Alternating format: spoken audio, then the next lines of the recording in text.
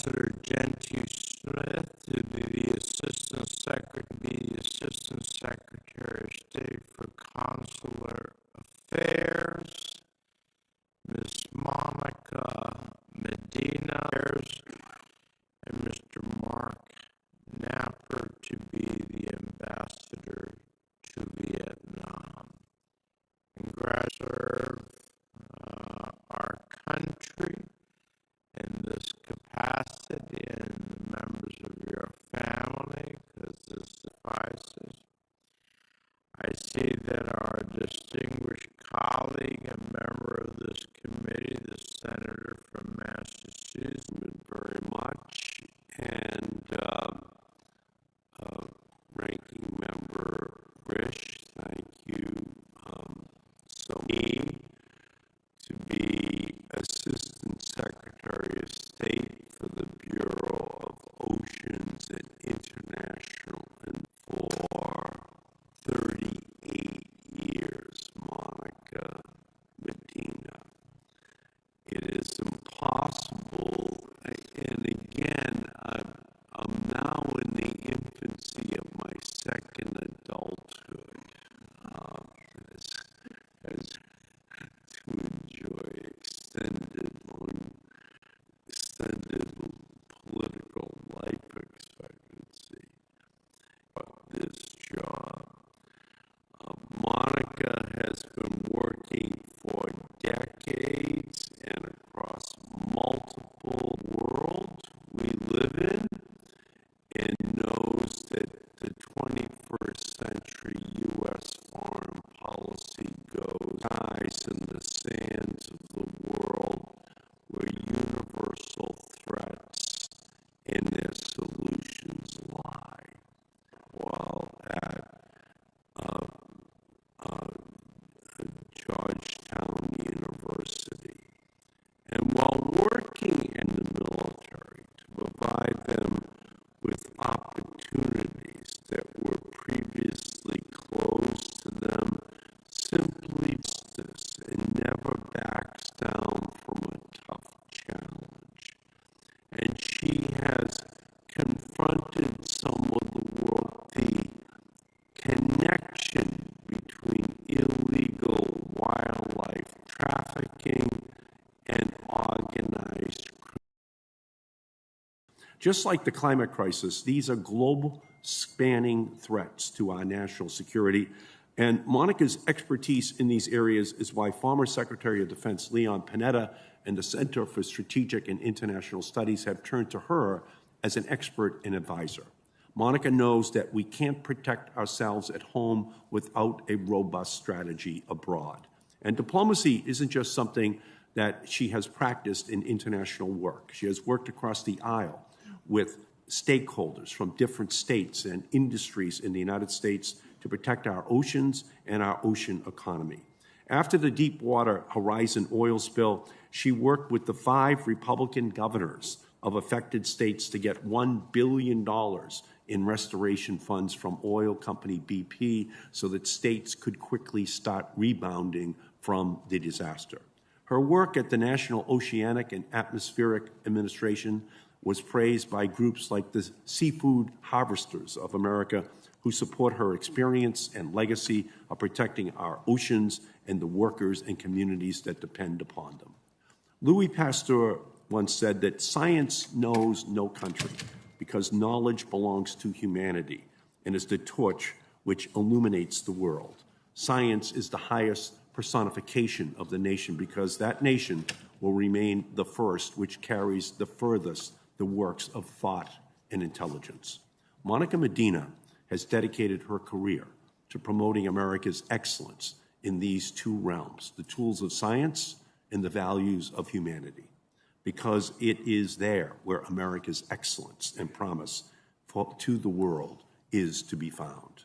She knows that, and throughout her distinguished career, she has become supremely prepared for the role of Assistant Secretary of State for the Bureau of Oceans, Environment, and Science. She has been training for it in every position in which she has served, every mission that she has fulfilled, every discussion she's held with key stakeholders.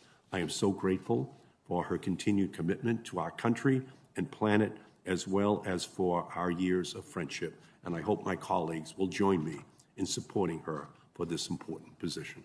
Thank you, Mr. Chairman.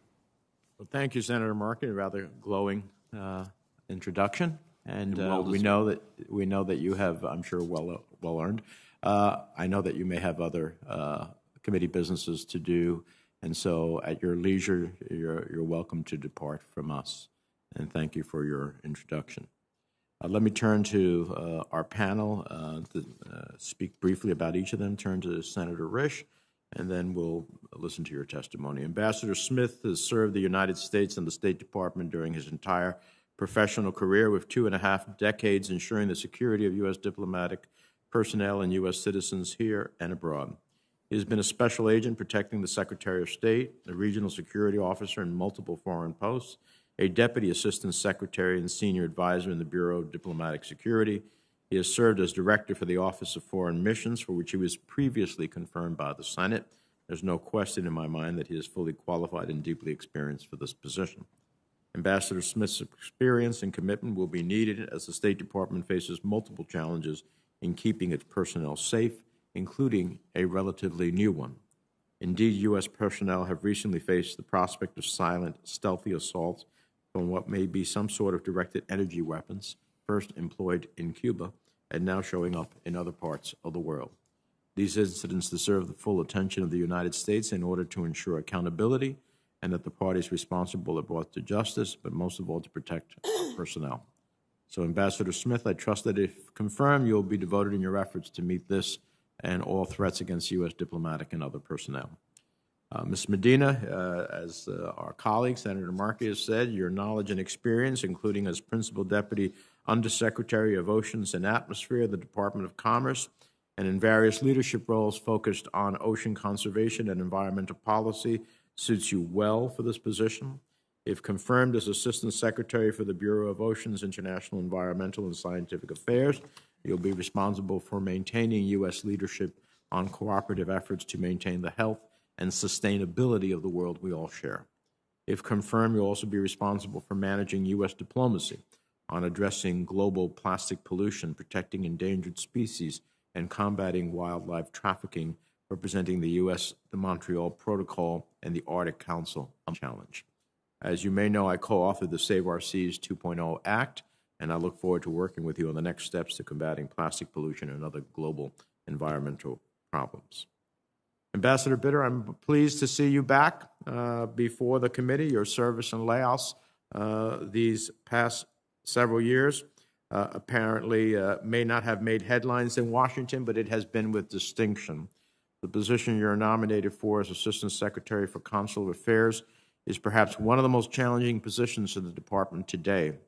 The effects of the COVID pandemic have been particularly felt in the CA, from the massive repatriation of American citizens abroad carried out by the department last year to the financial challenges resulting from the consular office fee-for-service model at a time when fees have dried up as a result of decreased international travel. That's something that's changed dramatically. We have now a huge demand and a big backlog on passports, which several colleagues of the committee have raised with me. I'm sure that may be raised with you as to how we deal with it. The mismanagement of the department, broadly speaking, and the consular affairs in particular over the past 4 years leaves the next assistant secretary with no shortage of challenges. As consular affairs is also the part of the department that has the most engagement excuse me, with American citizens, processing passports and visas, supporting overseas travelers in need, and the like. It's also a bureau that receives a high level of congressional scrutiny. While the challenges in the bureau are evident, I'm confident in your abilities and capacity to serve capably in this position. Finally, I'm pleased to see Mark Knapper before the committee for consideration as our next ambassador to Vietnam. We look to develop a genuine strategic partnership with Hanoi, one animated by our shared interests and our values. And I can think of few more qualified foreign service professionals than Mr. Knapper to be entrusted with this important task. In closing, while the four of you have a series of challenges ahead, I'm confident that your knowledge and experience will serve you well as you take on your new responsibilities upon confirmation. I look forward to each of your testimonies. And with that, let me turn to the distinguished ranking member for his opening comments.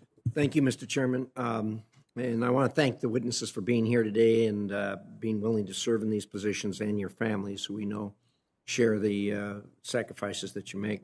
I want to start with the nomination of Assistant Secretary of State for Oceans and International Environment and Scientific Affairs. The COVID-19 pandemic has exposed what I believe to be serious gaps in U.S. international pandemic prevention, preparedness, and, importantly, response efforts. This includes the failure of the Department of State over multiple administrations of both parties to adequately prioritize global health policy and diplomatic engagement beyond the PEPFAR program. We now realize how important that is. PEPFAR, of course, was an exception to that. It was very successful, and it's important that we duplicate the success that we had in PEPFAR in what will undoubtedly be future challenges of the global health nature. Ms. Medina, if confirmed, you will lead the Bureau responsible for ensuring foreign policy coherence and program integrity for global health and biosecurity. I look forward to hearing from you how you plan to improve states' leadership in these vital areas, which, as I said, I think suffer some shortcomings which have become painfully obvious as a result of the COVID-19 pandemic. In addition, COVID-19 has brought to light the risks of collaboration on life sciences research with countries that do not share our interests, like China. If confirmed, you will have a role in overseeing international scientific cooperation and global health security, and it is critical that you work across the department to prevent the misuse of such research. Lastly, as we discussed when we met last month, the Columbia River Treaty remains an important issue to myself and the rest of the Northwest delegation. I look forward to hearing more about how you plan to make Columbia River Treaty negotiations a priority. Next, we have the nomination of Assistant Secretary of State for Diplomatic Security. For decades, the State Department has struggled with what has been dubbed colloquially a bunker mentality, which greatly prioritizes security to the detriment of our diplomatic effectiveness. Security is undoubtedly very important, but as with all things, it must be put in its proper place. This severe risk aversion often keeps our diplomats cooped up behind embassy walls instead of engaging with local community and conducting traditional diplomacy. America's adversaries do not place similar burdens on strategic disadvantage. Earlier this year, I introduced legislation to improve the process for investigating security incidents abroad so that the department's diplomats can safely do their jobs, promote U.S. interests with host countries, and engage local populations with appropriate protection. If confirmed, it will be vitally important to ensure the department learns to manage risk more effectively. Ambassador Smith, I look forward to hearing your thoughts on these issues. Moving on to the nomination of Assistant Secretary of State for Consular Affairs, the Bureau of Consular Affairs has a unique opportunity to demonstrate how the State Department assists U.S. citizens every day while also advancing our national interests. Whether it's helping Americans who lost a passport on vacation get home or visiting U.S. citizens who have been incarcerated abroad, Consular Affairs often directly serves the American people. However, last year's travel restrictions and the resulting loss of visa fee revenue greatly hurt the Bureau's finances, potentially affecting its ability to provide these important services. As vaccination rates climb, there will be more people seeking to travel. Demand for passports and visas are rapidly increasing, leading to significant delays in processing times. Ambassador Bitter, I look forward to hearing your plan to get Consular Affairs fully operational and to reduce these extremely irregular passport processing times. Finally, we have the nomination of Ambassador to Vietnam. Vietnam is an important U.S. Partner and an ASEAN member. I am very glad to see the recent U.S. donation of 2 million Moderna vaccine through COVAX to Vietnam, in addition to separate donations to Indonesia and Malaysia. Southeast Asian countries need vaccines, given the importance of this region to the United States and the pressure some countries are facing from China to accept it's clearly substandard vaccines. It is crucial that the United States continue to prioritize deliveries to our partners there. We need to redouble our efforts following the non-transparent COVAX procurement deal announced earlier this week that will allow China to profit mightily from the distribution of its substandard vaccines. All of this very ironic. Beyond vaccines, I think it's crucial that we advance collaboration with Vietnam in important areas such as the South China Sea and the Mekong region, and the crisis in Myanmar. We should also continue to prioritize all forms of energy engagement, including liquefied natural gas. Finally, in closing, I continue to support engagement with Vietnam to promote freedom of speech and religion. Mr. Napper, I look forward to hearing how you will tackle all these issues if you are confirmed. We have a lot to cover today, and I'll get back. Thank you. Thank you, Senator Risch. All right, we will start our testimony from our nominees. We'd ask you to summarize your statement in about 5 minutes. All of your full statements will be included in the record without objection. And we'll start with Ambassador Smith and then move down the aisle. Ambassador Smith. Chairman Menendez, Ranking Member Risch, and members of the committee, I'm honored to appear before you today as President Biden's nominee to be the Department of State's Assistant Secretary for the Bureau of Diplomatic Security. I'm grateful for the confidence that the President and Secretary Blinken have placed in me, and I'm humbled by the opportunity to lead such an outstanding organization. In the 105-year history of diplomatic security, I'm just the third DS agent to be nominated to serve as Assistant Secretary. In my 30-year career with the Foreign Service, I am proud to have served as a DS agent for 27 years prior to my appointment as the Director for the Office of Foreign Missions, a position that I held until my retirement in 2017. I would like to thank you for your continued and unwavering support for both the department and for diplomatic security. I am very proud to be associated with the outstanding women and men who labor tirelessly to protect America's diplomatic facilities, critical information, and most importantly, American lives. They also conduct extensive law enforcement investigations necessary to keep our country safe. I want to thank my wife, Georgette, our adult children and their spouses, and our 6 adorable grandchildren for the love and support and for allowing me to rejoin an institution that I love. It is indeed an honor to lead the dedicated special agents, security engineers, diplomatic couriers, security technicians, and other specialized personnel in providing a secure environment in which to conduct U.S. foreign policy. I first joined diplomatic security in 1987 after proudly serving as a police officer in Raleigh, North Carolina. These were the early days of building the diplomatic security service, route to meet increasing global security challenges as well as domestic challenges in U.S. national security interests. Having served in Cairo during both Gulf Wars and Rangoon during a period of unrest and uncertainty that rivals the current situation, I am familiar with the importance of strong leadership and requisite security operations. Upon returning to the U.S. and serving in senior positions in diplomatic security, I am proud to have collaborated closely with other department colleagues, the intelligence community, DOD, and members of Congress to construct and improve diplomatic facilities here and abroad while enabling our personnel to project U.S. government interests around the world. I am also proud and honored to have received Senate approval to lead the Office of Foreign Missions during my last tenure with the department.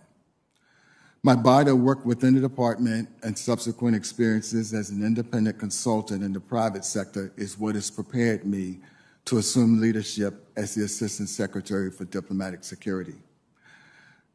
I'm aware that there will always be challenges as we seek to advance U.S. interests around the world.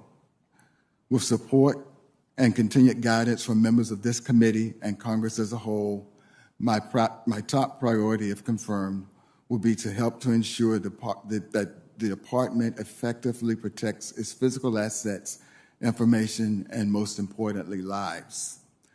At the same time, however, I recognize that effective diplomacy is virtually impossible without the ability to take considered risk in service of strategic goals and objectives. It will be my responsibility to evaluate various threat mitigating strategies and to help the department make the best possible calculations in support of American diplomacy. Risk management is particularly critical in high-threat countries, most notably at the moment in Afghanistan, as American troop levels are drawn down.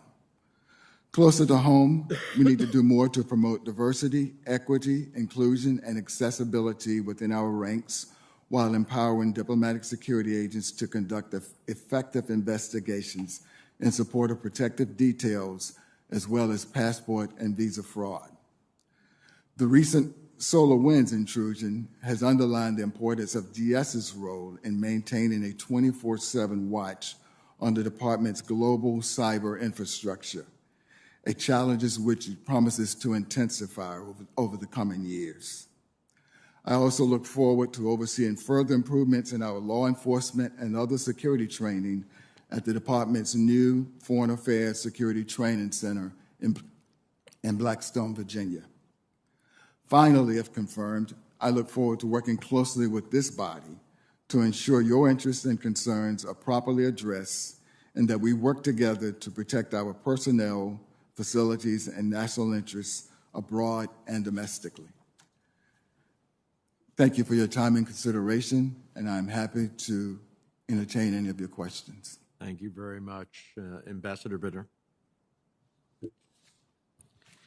Chairman Menendez, Ranking Member Risch, and members of the committee, I am honored to appear before you today and grateful to President Biden and Secretary Blinken for the trust they have placed in me. It is with no small measure of humility that I approach the responsibility before me if confirmed. I believe there is no part of the Department of State more directly responsible for the security and well-being of Americans at home and abroad than the Bureau of Consular Affairs. In fact, diplomats have been serving their fellow citizens abroad in consular missions since before the Constitution was written. These are the oldest and most vital functions of the Department of State.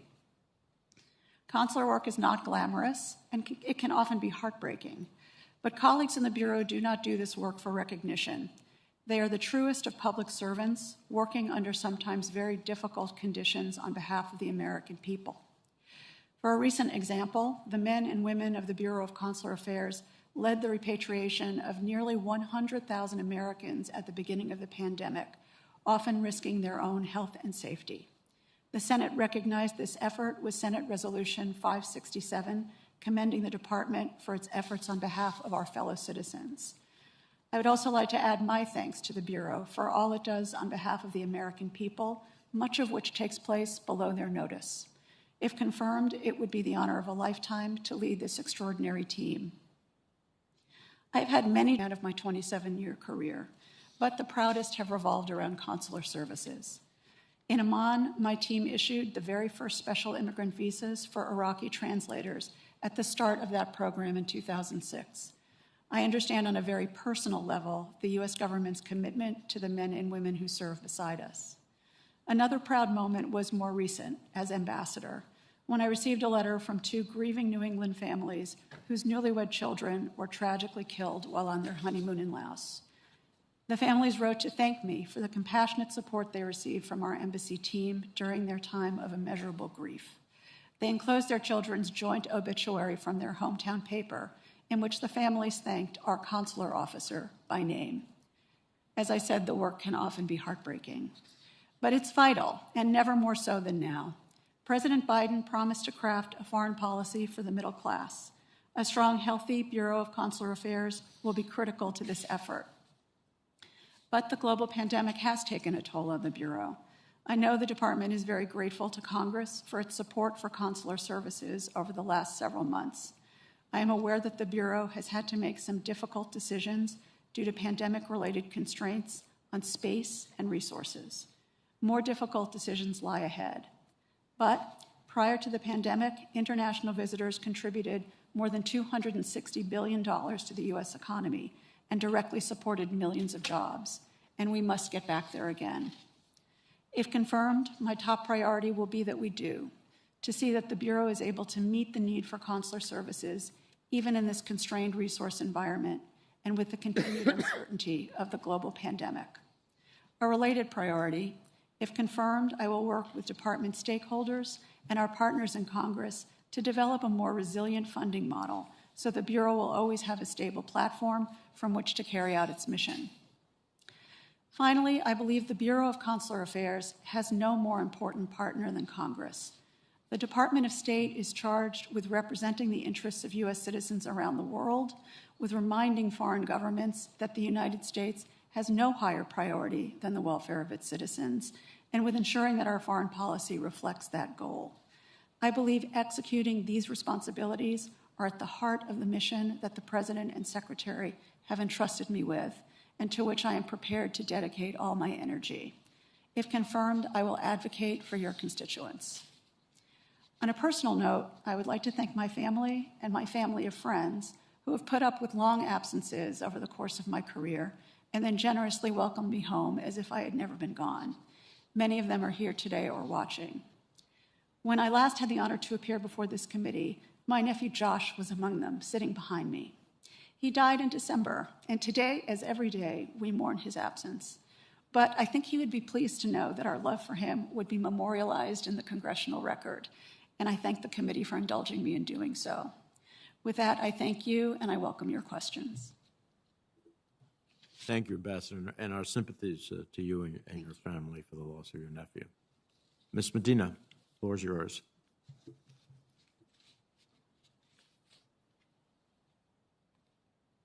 I want to begin by thanking Senator Markey. My microphone is on. There. Can you hear me now? Yes. Thank you, Chairman Menendez. I want to begin by thanking Senator Markey for that very kind introduction and for decades of friendship. Chairman Menendez, Ranking Member Risch, and members of the committee, it is a tremendous honor to appear before you today as the President's nominee for Assistant Secretary of State for the Bureau of Oceans, International Environmental and Scientific Affairs, or OES. I'm deeply honored to be nominated by President Biden and for the trust that he and Secretary Blinken have placed in me. I'm also thrilled to have the chance to serve my country again. I would like to begin by thanking my family.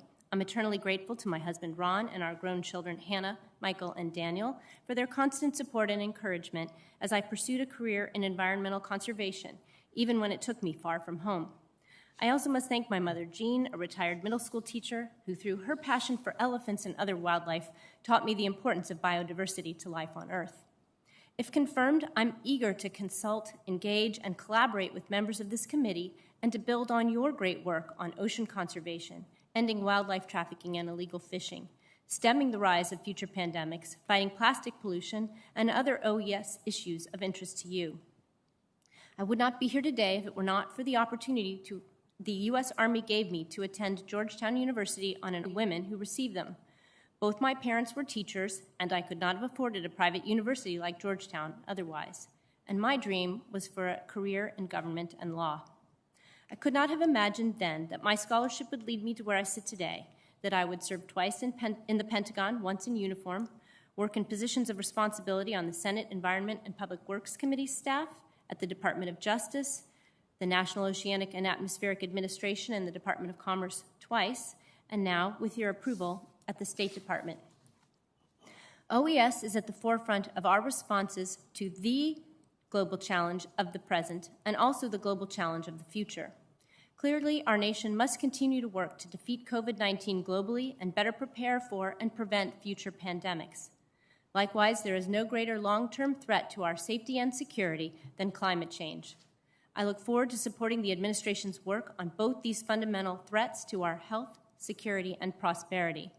I would additionally raise 3 areas of particular concern to me: my decades of experience attending and representing the U.S. at international meetings leads me to believe that there will be increasing global tensions over limited natural resources.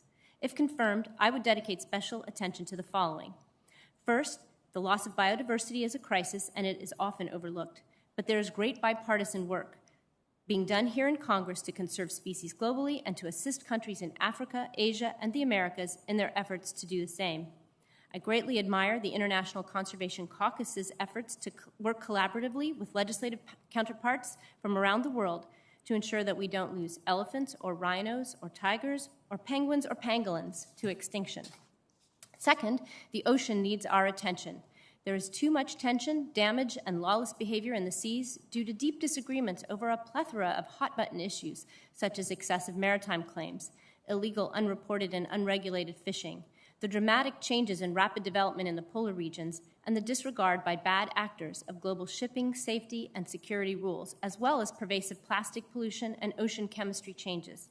I am very impressed by the work of the Ocean Caucus on these issues, and if confirmed, implementing the recently passed Save Our Seas 2.0 Act will be a priority of mine. Finally, given the rapid growth and competition in space exploration and commercialization, space policy is at a key inflection point. A new space race could escalate global tensions among superpowers and create problems for future generations if we don't work to ensure today that space actors are complying with their obligations under international law and space activities are pursued in a manner that is safe, responsible, and sustainable. All of these issues also merit special attention by OES, in my view, because they are central to addressing our nation's strategic competition with China. Moreover, each of these challenges must be handled in a way that ensures the equitable inclusion of diverse stakeholders and the private sector in our solutions. In tackling these and other challenges, I want to assure the committee that I will work every day on behalf of the American people with the goal of ensuring that our efforts around the world support Americans at home and make their lives better. Thank you for considering me for this position, and I look forward to answering your questions. Thank you. Mr. Napper. Thank you, Chairman Menendez, Ranking Member Risch, distinguished members of this committee, for the opportunity today to appear before you. I am honored in the faith that President Biden and Secretary Blinken have placed in me. I also want to express my deep love and gratitude to my wife, Suzuko, and our son, Alex, for their support and their sacrifice. They have repeatedly changed homes and schools and have been distant from family and friends so that we could serve the United States overseas. Without them, as well as my parents, Jay and Yolanda Saltzman, I would not be here today.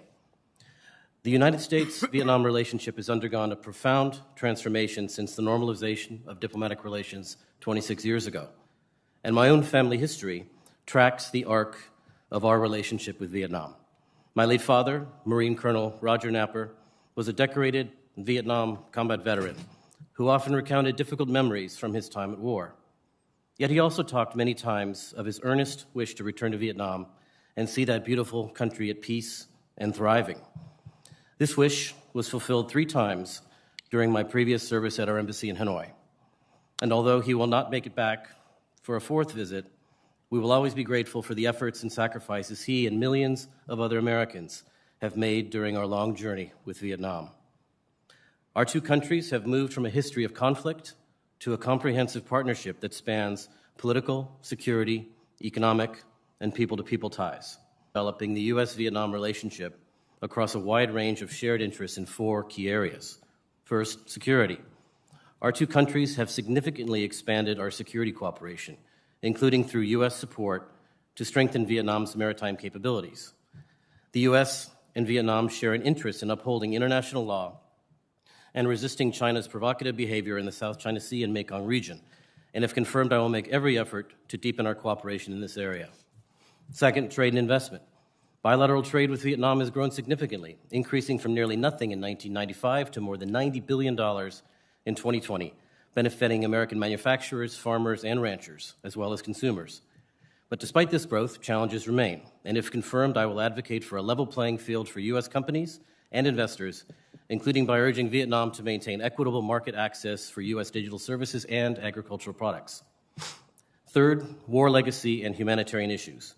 If confirmed, providing the fullest possible accounting for U.S. personnel missing from the Vietnam War era will be my solemn duty. Furthermore, for decades, Vietnam has provided critical assistance to those efforts, and we're grateful. Since 1993, the U.S. has also contributed more than $160 million to mitigate lingering threats posed by unexploded ordnance.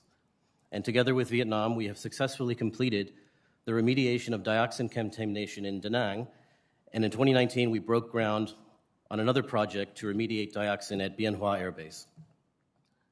Our cooperation on these issues, as well as providing $125 million since 1989 in humanitarian assistance, supporting over 1 million persons with disabilities regardless of the cause, has been an important foundation for our bilateral relationship. Fourth and finally, people-to-people ties. The bonds between the American and Vietnamese people are strong and growing. Prior to the pandemic, nearly 700,000 Americans traveled to Vietnam annually, including more than 1,200 American students. And here in the U.S., we welcome 30,000 Vietnamese students each year. These people-to-people ties are an important bridge between our 2 countries. All that said, our thriving relationship is not without its challenges. We remain deeply concerned about Vietnam's human rights record, in particular, reports of the troubling trend of harassment, arbitrary or unlawful arrests, unjust convictions, and harsh sentences of journalists and activists. If confirmed, I will press the government of Vietnam to respect the freedoms of expression, association, peaceful assembly, and religion and belief. Only when we see significant progress on human rights can our two countries' partnership reach its full potential. And as always, my number one priority will be protecting the safety and welfare of all United States citizens in Vietnam. And I will also make the safety and welfare of Mission Vietnam personnel a top priority. The thriving U.S.-Vietnam partnership is the result of the courage, goodwill, and painstaking work of dedicated people in both countries who believed in the possibility of peace and reconciliation between two former enemies. Our overarching goal remains to advance American interests and support the development of a strong, prosperous, and independent Vietnam that contributes to international security and respects human rights and the rule of law.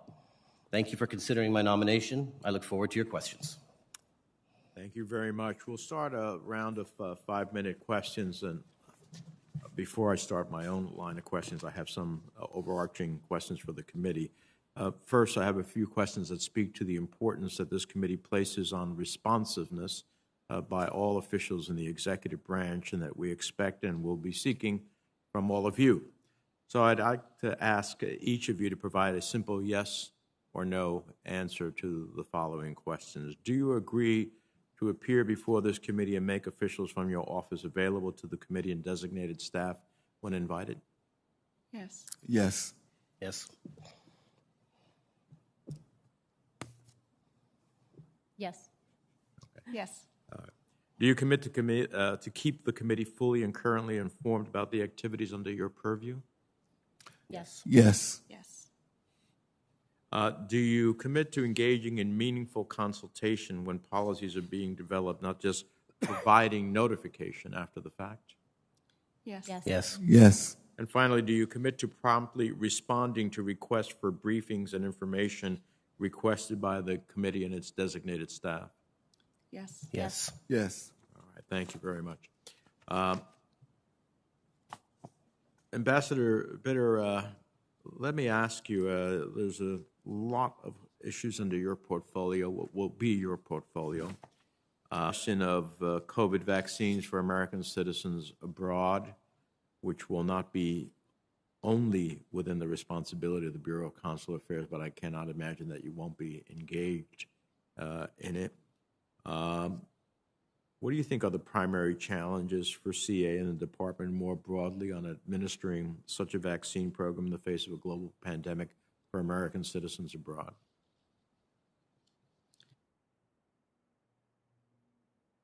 Sorry, thank you. Thank you, Senator. I'm aware of the concern that members of Congress have, and also this issue I know is of great concern to many Americans. As the way that the department has approached this is that it has worked in the interagency to try to make sure that vaccines are available to countries who have yet to acquire them. And then within the department, we've tried to make available consular information to Americans abroad to ensure that they're aware of how they can get access to vaccines where they are available, and make sure that they have information about local medical providers and healthcare, and that's the general form of consular services to those abroad. And if there are particular needs, of course, the embassies abroad are always prepared to address consular services and whatever needs American citizens have. The department has not typically provided medical care to private citizens. So I think there would be many challenges attendant upon that.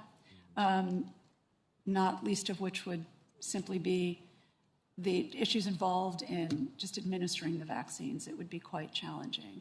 I hope we will think about, and I understand that the department has not been involved in delivering healthcare services to citizens abroad, but in the global pandemic, I hope we will think about how we help an American citizen living abroad, maybe because of work or some other reason, to find access to a vaccine. Because when a country has its own vaccination program, of course, it is focused on its own citizens. And so that leaves an American citizen in limbo, potentially. So I hope we will give a little thought to how we can create a greater connection for American citizens abroad in that context. Let me turn to the question of passports. As you may know, an artifact of the COVID crisis, the Department remains considerably backed up on passport processing at the National Passport Center. I was listening to several of our colleagues on the committee and my own experience back in New Jersey of citizens who have months that they applied for their passport and cannot get a response. And of course, with the opening of the world and the surge in demand, there's a greater demand. Do you have a sense, I know you're not there, but in your briefings, do you have a sense of the current backlog, and what's your thoughts about working to clear it up? Thank you, Senator. I'm very aware of this issue, and I know it's very important to you and to your constituents. It's important to the department as well. And I share your concern about the length of time that it's currently taking. And the department takes very seriously its responsibility in this area. It's a very visible part of the work that the department does. And it's important to get secure and efficiently issued passports out to American citizens as quickly as possible. Like many organizations, the Bureau and its partners have been faced with ramping up in a situation where COVID restrictions are lifting more slowly than demand is rising. So it's a pretty fast-moving situation. The department is reviewing each passport agency according to the science and deciding when they can fully reopen. So it is an evolving situation. I know, again, that this is something of great concern to you, and I would be very happy to work with my colleagues in Congressional Affairs to make sure that members and your staff can get up-to-the-minute briefings and the most recent information. But right now, I think it's taking, between the passport office and its partners, up to 18 weeks for passports that are not expedited to be processed. Yeah. Well, I will say that what we really need is some type of surge capacity for a period of time to deal with the backlog. I don't think that we can, many Americans, it's not just a question of travel for leisure, but it is travel for business again. It is travel to see family members who they may not have seen for well over a year and a half, 2 years because of COVID. So it's about a family reunification issue as well. But I'll tell the Secretary as well, but I really urge you all to think about a surge capacity for a period of time to get us into a more reasonable period of time in which people have to wait. Finally, and not because there aren't many more issues, but I appreciate the important work the department does to vet visas to assure there's no fraud and abuse, but I can tell you I have a regular stream of complaints about the department's transparency and communication, and sometimes its agility and responsiveness when it comes to processing visas for non-American family of U.S. citizens to visit the United States, student visas and work and business visas. I'm interested in your thoughts about where and how we can improve the visa application and processing system so that applicants, even if they are turned down, face an open, transparent, and rapid process that speaks to our best values as a nation. I can't tell you how many times, I know that an applicant has to overcome the hurdle of showing that they have roots in their country, that they are likely to return, that they are not likely to stay in the United States. I'm very familiar with the immigration law in that respect. So that's a hurdle they must meet. But I can't tell you how many times I've had individuals who have properties in their country, businesses in their country, deep family ties in their country, and no reasonable expectation that they would stay in the United States.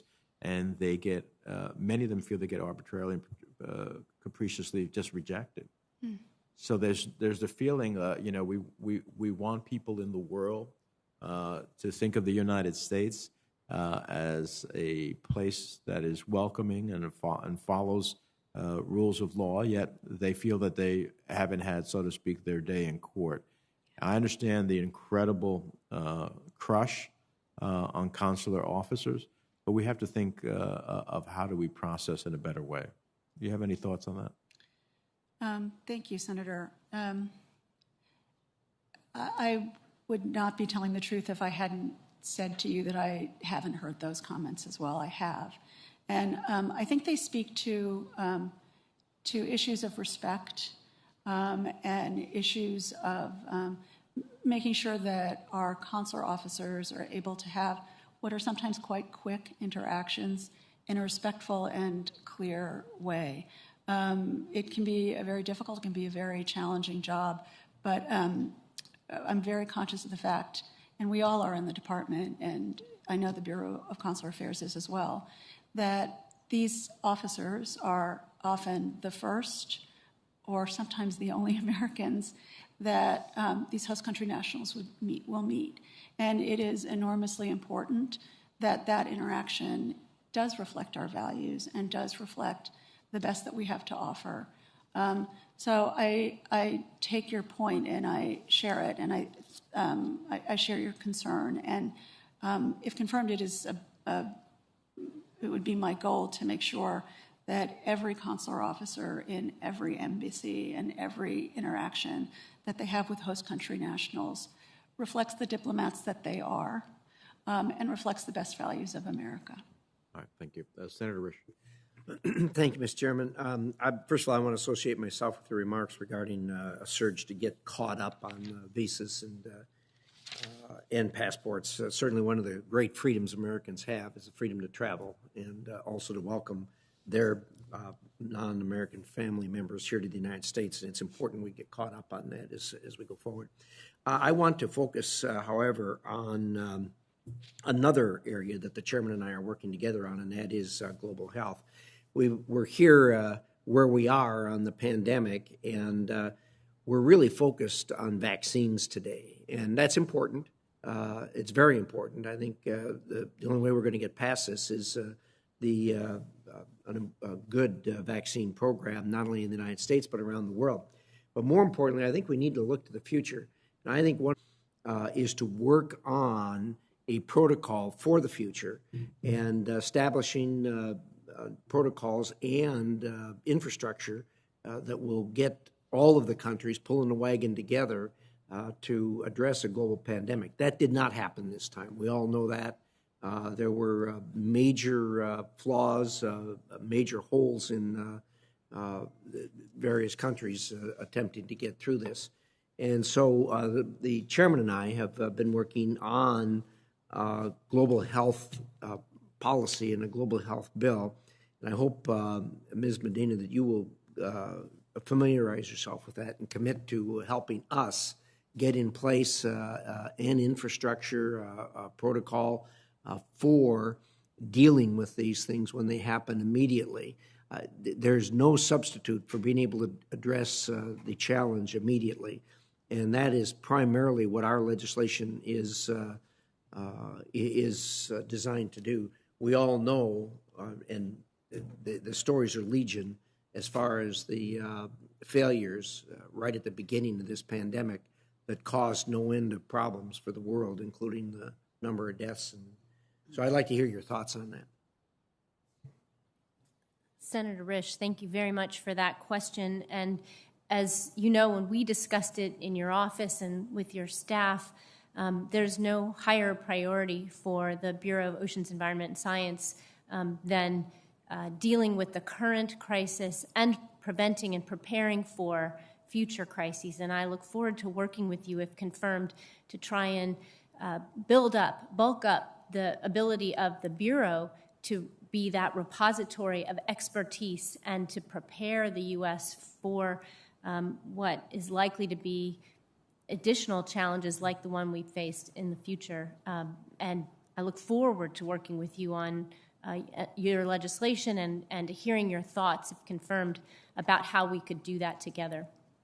Well, thanks. I will tell you that we all know the United States government is big, it is complex, it's got many agencies, and there's an important function that Congress can play, and hopefully we will play with legislation that the chairman and I have been working on as far as resolving who's in charge and who makes those decisions. Because, again, sometimes you get people of equal stature in the government making conflicting decisions, and somebody's got to straighten that out. And this legislation attempts to address that, and hopefully will address that. In addition to that, of course, it's the same thing internationally, and that is establishing some type of structure internationally where these kind of questions can be answered and answered clearly.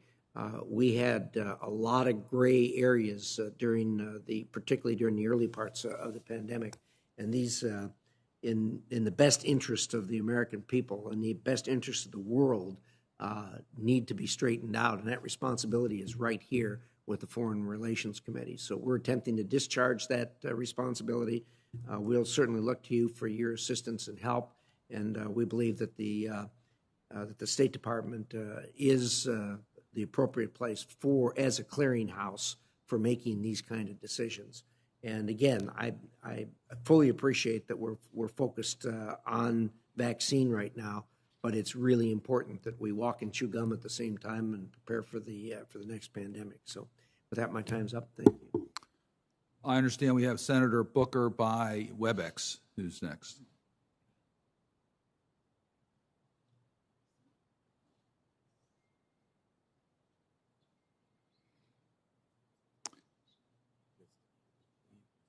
I understand he is not available. We'll go to Senator Kaine.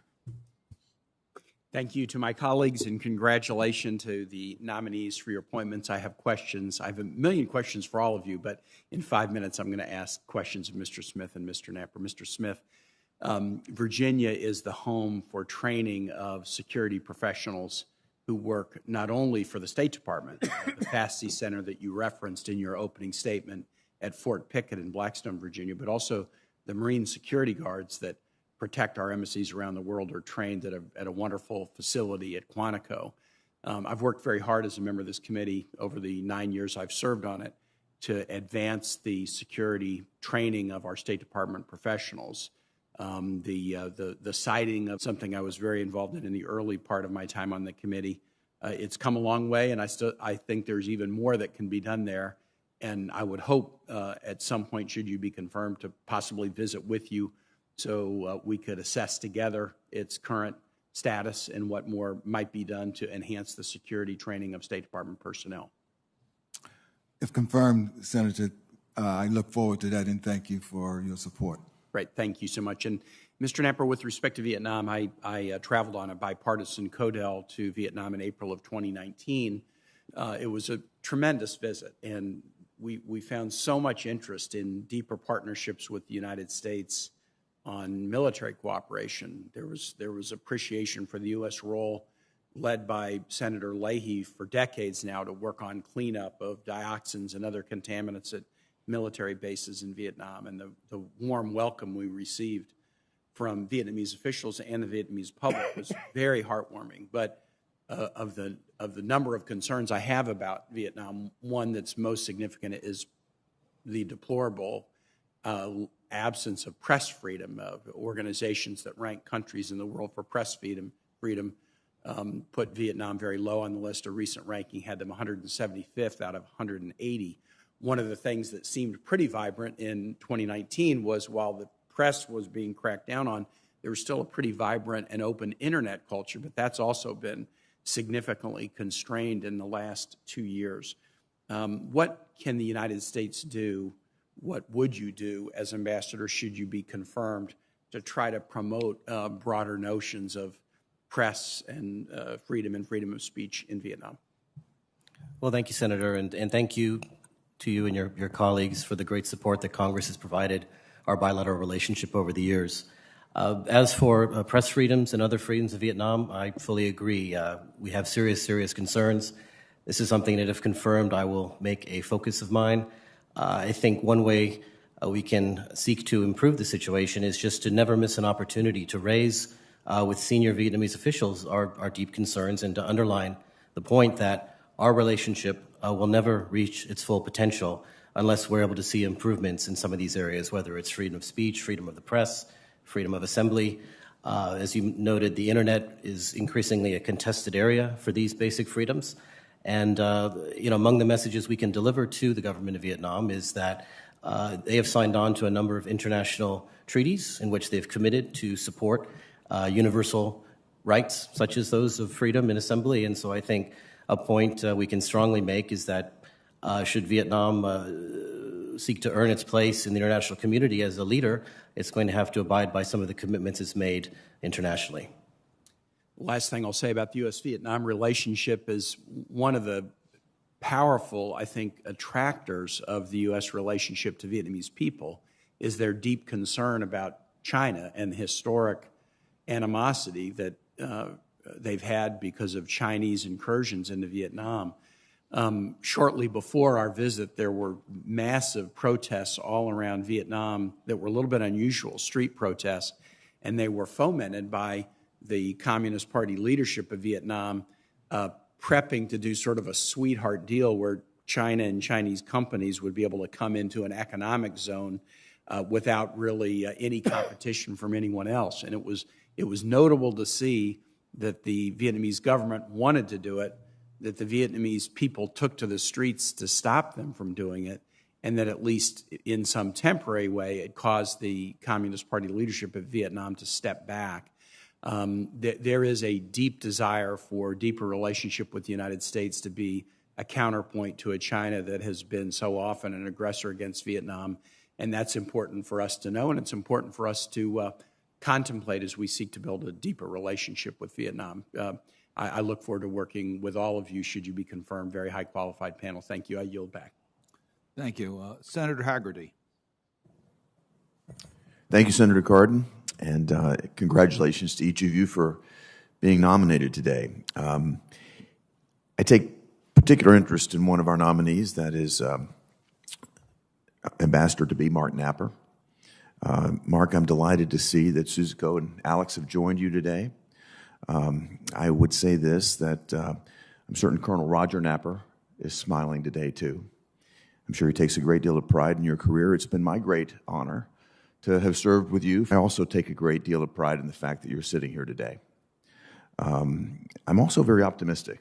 I think that you will be confirmed, and I think that you're going to work with a great team. My former DCM, Joe Young, Dan Crittenbrick, I think at EAP we're going to be very well represented in an area that presents great strategic challenges for America today. So I am very, very pleased to see you here. You know, America is challenged in the South China Sea like never before.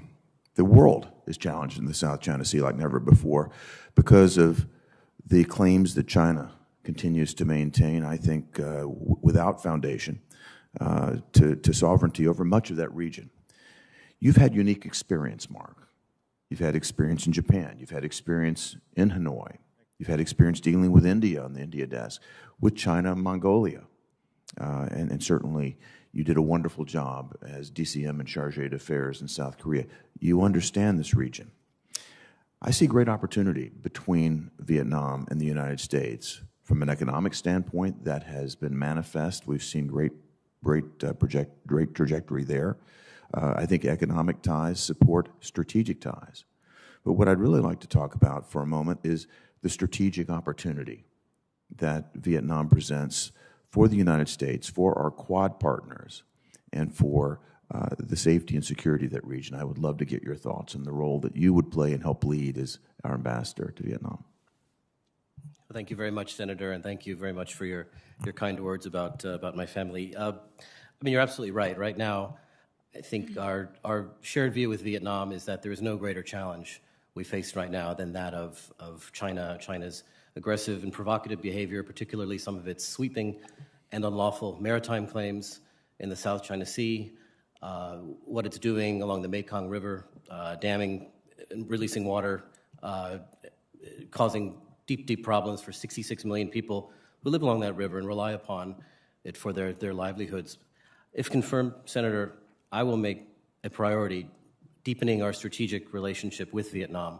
Right now, we have what we call a comprehensive partnership. We hope to raise it to a strategic partnership, and I will take steps to do that by strengthening even further our security relationship with Vietnam. This is something that you mentioned Ambassador Crittenbrink. He did a great job over 3 years in bringing us to the next level. I'd like to take us further. I think deepening our economic partnership by opening the market there further to American agricultural goods, digital services, as you said, strengthening our trade and economic ties can only benefit our strategic interactions and our strategic sort of interdependence. And so this, if confirmed, will be a priority of mine, as well as deepening our people-to-people ties. The shoulders upon which all of our efforts with Vietnam stand are the ties between our two peoples, whether it's young people going back and forth, students studying each other's countries, and so that will also be, sir, a priority of mine if confirmed. Well, thank you very much. I look forward to working with you along all of those lines and know that you have a strong ally in the United States Senate, not only with me, but with the members of this committee in achieving these goals. Could I turn to you, Ambassador Bitter? There's an area, again, related to China that's a deep concern of mine. I'm certain that you're aware of this concern, and that is overseas students coming from China that pose a security threat to the nation. I would just like to ask you in very specific terms, if you're familiar with the Executive Order 10043. That executive order suspends the entry of certain students and researchers from the People's Republic of China.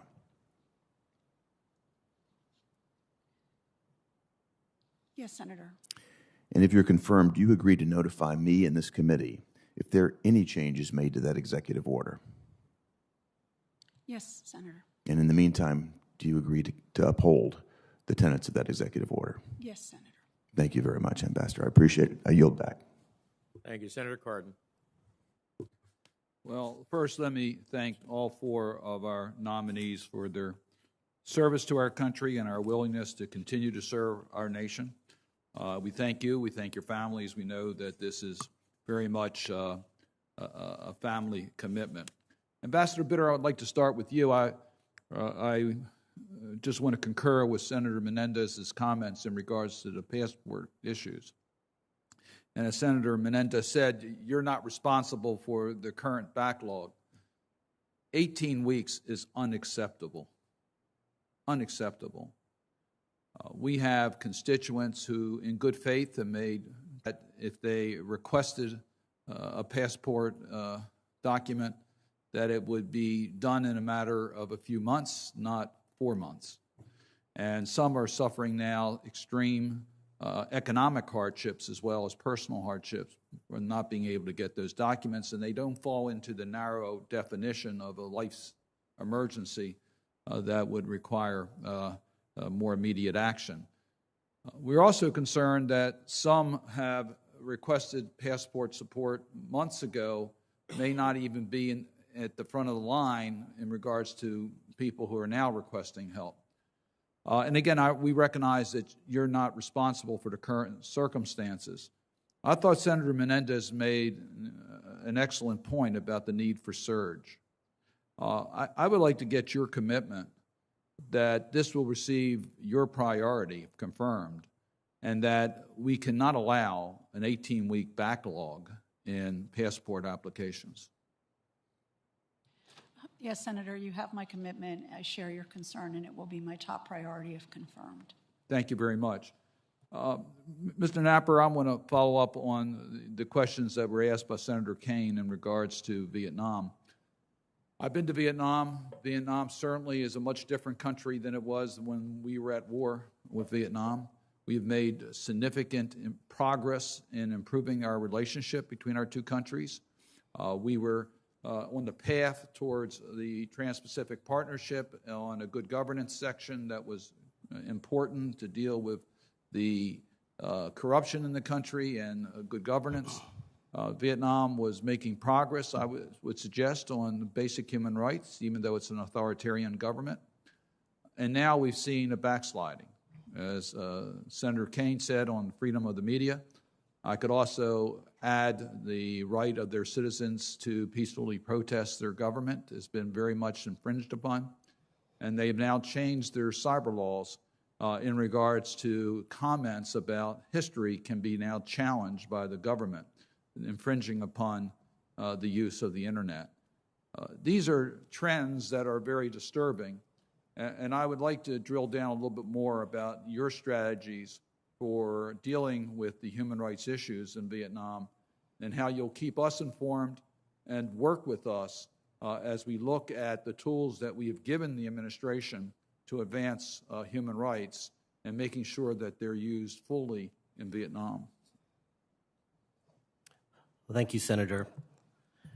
I think one area in which we have seen progress over the past few years have been in the expansion of rights afforded to women, minorities, people with disabilities, members of the LGBT community. And I think one of the ways we were able to secure and see these advances was thanks to sort of increased cooperation with and assistance to NGOs and activists within Vietnam who work within these specific areas and with these groups. And so if confirmed, I would seek to not only continue the great work that the U.S. government has done, not just with activist groups and NGOs within Vietnam, but also groups in the United States, the Vietnamese American community, for example, to identify problematic areas, to try and identify potential strategies and tactics going forward, because this is absolutely an area, priority area for me personally. I worked on these issues 15 years ago when I previously served in Vietnam, and it will continue to be an area of focus for me and for Mission Vietnam, and you absolutely have my commitment to work with you and your colleagues, sir, in the Congress to look for opportunities and tools to further seek to improve the situation there in Vietnam. Thank you. I would just add that it's very important that our mission in Vietnam support the NGOs and civil society groups that are working to advance these priorities, so that our embassy is always a home for those who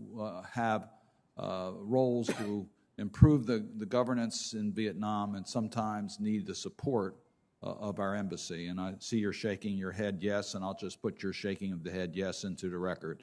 With that, Mr. Chairman, I'll yield back. Thank you. All right. I prefer an oral answer when I ask you a question, but I don't want to interpret your head shaking as a yes, and then maybe you tell me later on it was a no. So. Well, it was actually a head nodding, Senator. Thank you. Okay, I understand there are no other members. All right. Thank you, Mr. Chairman, Ranking Member Risch, and to all of you, congratulations on your nomination. And let me start, if I could, with you, Ambassador Ritter, and I know Chairman Menendez asked you some questions about the current backlog in passport processing. You know, obviously we've been through a very difficult time with COVID. I recognize that, and the State Department has had to deal with all of the pressures that brings. In our state office, we've gone from things like small business access to PPP loans being the top priority and other issues to now, number one, relates to getting passports, where my understanding is we now have about a 4.5-month average backlog. And the other big issue, of course, is as families now have the opportunity to reunite and visit with friends, the issue of visas for people coming just to visit family and friends in the United States. Can you talk about what we can do right now to address these issues and what, if confirmed, you would do? Thank you, Senator. I am very aware of these issues, and I should take this opportunity, of course, to thank Congress for the support that it's given to the Bureau over the last several months. As all of you know, the Bureau is under tremendous financial pressure since the start of the pandemic, and Congress has been enormously responsive in filling some of those gaps and allowing the Bureau to continue to deliver consular services. But so I know that the Bureau is very grateful and that it will be continuing to engage with Congress on future budgets. I just want to point out that these issues are not just money related. So while the U.S. is experiencing a return to what feels a little like normal, our posts overseas are still working under some pandemic space constraints, which means that they cannot offer the same number of appointments that they used to because they can't have the same number of people in their waiting room. So these restrictions are very important. They protect our staff, they protect the customers, they protect the community, but they do limit Post's ability to provide services. And as a result, what's happened is my colleagues overseas have had to make some difficult prioritization decisions about how to use the space that's available to them. So if confirmed, this is very much job one. I recognize that folks coming, that visas also impact your community with respect to small businesses, maybe relying on workers overseas that are unable to get back, family reunification, all of those issues. Right now, it's a very difficult time. Well, thank you for that statement. You know, this is the area where our constituents most frequently interact with the State Department, right?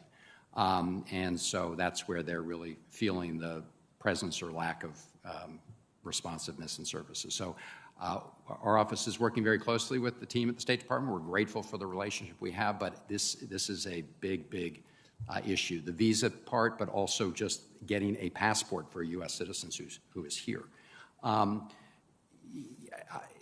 Ms. Medina, thank you for your testimony, and I appreciate your mentioning the issue of biodiversity. As you mentioned, and we're seeing a disappearance of biodiversity at alarming rates around the world, and look forward to working with you on those issues going forward.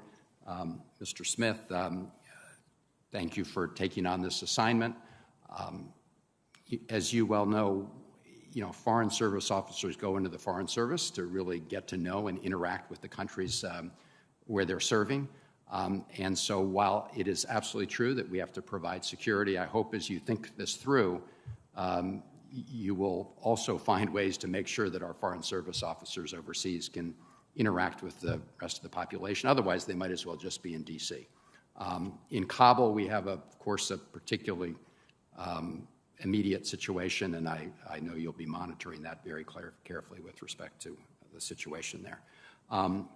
Finally, if I could, Mr. Napper, congratulations on your nomination to Vietnam. Lots of issues to cover, but let me just ask you about one, because over the past several years, we've seen Vietnamese authorities increase their scrutiny over Vietnamese citizens' activities on the internet and social media, cracking down on any kind of free expression, requiring U.S. and other internet-based companies and social media companies to force them to comply with them.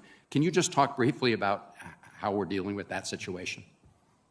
Well, thank you, Senator. The one specific case right now that's attracting the most attention, of course, is that of Facebook, and the Vietnamese government, in some instances, demanding that Facebook remove certain posts that it finds offensive or contrary to political order, so to speak. And right now, the U.S. Embassy in Hanoi, we are working very closely with Facebook folks on the ground there, as well as the Vietnamese government, to try and find a way forward that, again, preserves the space on Facebook and other social networking sites to allow for free speech and to allow for the free expression of political and other views, and also just allowing an American company to be able to operate without any threat of its data being cut off or throttled is the term that they use. But if confirmed, Senator, I will absolutely focus on this as a human rights issue, but also as a press freedom issue. Thank you. I appreciate that. As you say, it's really part of the larger, I think, growing challenge in Vietnam with respect to human rights. But thank you all for your testimony. Thank you, Mr. Thank you. Some final questions. Ambassador Smith, as I mentioned in my opening remarks, I'm deeply concerned about what seems to be an emerging threat of directed energy attacks targeting U.S. personnel and our ability to pivot and adequately protect them and their families in the face of these attacks. I hope that will be a major focus for you upon your confirmation. Yes, it will, Senator, and I look forward to engaging as we progress on this issue. Well, that's incredibly important to us because, we ask our people to do incredible work for the United States. We put them sometimes in harm's way. We need to do everything possible to protect them. And this is something that seems to be challenging and escaping to us. So I hope that it will become one of your highest priorities upon taking office. One of the most significant challenges I can see on the horizon is the security at Embassy Kabul. What's your current assessment? I know you're not there yet, but from your experience of our ability to ensure the safety and security of the embassy compound, and will you commit to keeping the committee updated on the steps that diplomatic security is taking to ensure the safety of U.S. personnel? If confirmed, Senator, yes, I will commit to that. Afghanistan will continue to garner a lot of attention, particularly as U.S. forces continue to withdraw, and it's going to be important for diplomatic security to remain very much engaged, both with our colleagues and contacts here and also with the Afghan forces on the ground there to see how they can help to enhance our security operations. Well, if you when you get confirmed, I hope you will give us an assessment of what is needed, if anything is needed beyond what we have. And also, Port-au-Prince, we obviously have an ongoing difficult situation in Port-au-Prince. I hope you will pay attention. I know you'll pay attention globally, but these are some hot spots that I think we need to pay attention to. Do you have any sense of that, our embassy at Port-au-Prince? Again, I agree with you that Port-au-Prince is definitely a point of concern at this moment.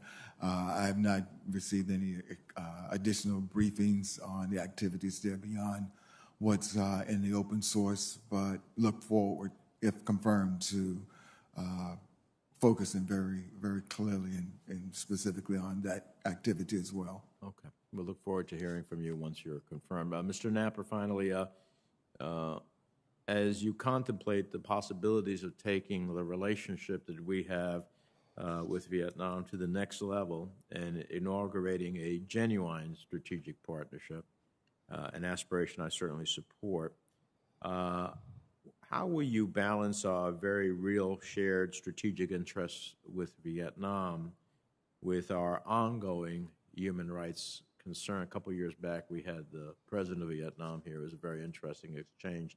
First time in my 30 years of doing foreign policy and sitting with foreign dignitaries that he didn't take any questions. And it's not our process in the committee when we're meeting with the head of state to allow them to ramble along and eventually never take a question. So it was emblematic in my mind of what packages or conditioning do you think is appropriate and constructive as we consider additional military, security, economic, or diplomatic engagement with Vietnam? Thanks, Mr. Chairman. I think you really have nailed the challenge that we face. It's, how do we address our shared strategic interests in the region with Vietnam while staying true to our values regarding human rights, religious freedom, other areas. And I think, if confirmed, I would like to build upon the good progress we've made so far. We have been able to keep that balance, I believe, between ensuring that our values related to universal human rights are upheld and asserted in our high-level conversations with the Vietnamese government, but at the same time, recognizing that in Vietnam we have no stronger or more vocal partner within ASEAN when it comes to speaking out against the challenge that China poses in the South China Sea and elsewhere in the region. So, as I mentioned earlier, Mr. Chairman, I think there are ways to point out to our Vietnamese government and Communist Party of Vietnam interlocutors that there will be limitations to how much our relationship can grow under the circumstances in which we have concerns about human rights and religious freedom. And I think we have to make clear that as we do consider ways to expand the relationship, that we will let them know that there are potential breaks on progress that we'll have to consider. All right, Ms. Medina, I don't want you to think that you have no object of my affection or interest. So, but between your statement, your answers with Senator Risch and Senator Markey's incredible description of your history, I think you've answered the issues I'm concerned about. So we look forward to working with you upon your confirmation. Global health for the chairman, for myself, and for the ranking member is a critical issue. And while it may not seem in the title of your position to be the focal point, it is a focal point for this committee. So we'll look forward to working with you on that. With no other member, as I understand it, either virtually or present, to come before the committee. The record will remain open until the close of business on Wednesday, July the 14th, for questions. I'd urge the nominees, if you get questions for the record, to answer them fully and expeditiously so we can consider your nominations at a business meeting. And with the thanks of the committee for your willingness to serve, this hearing is adjourned.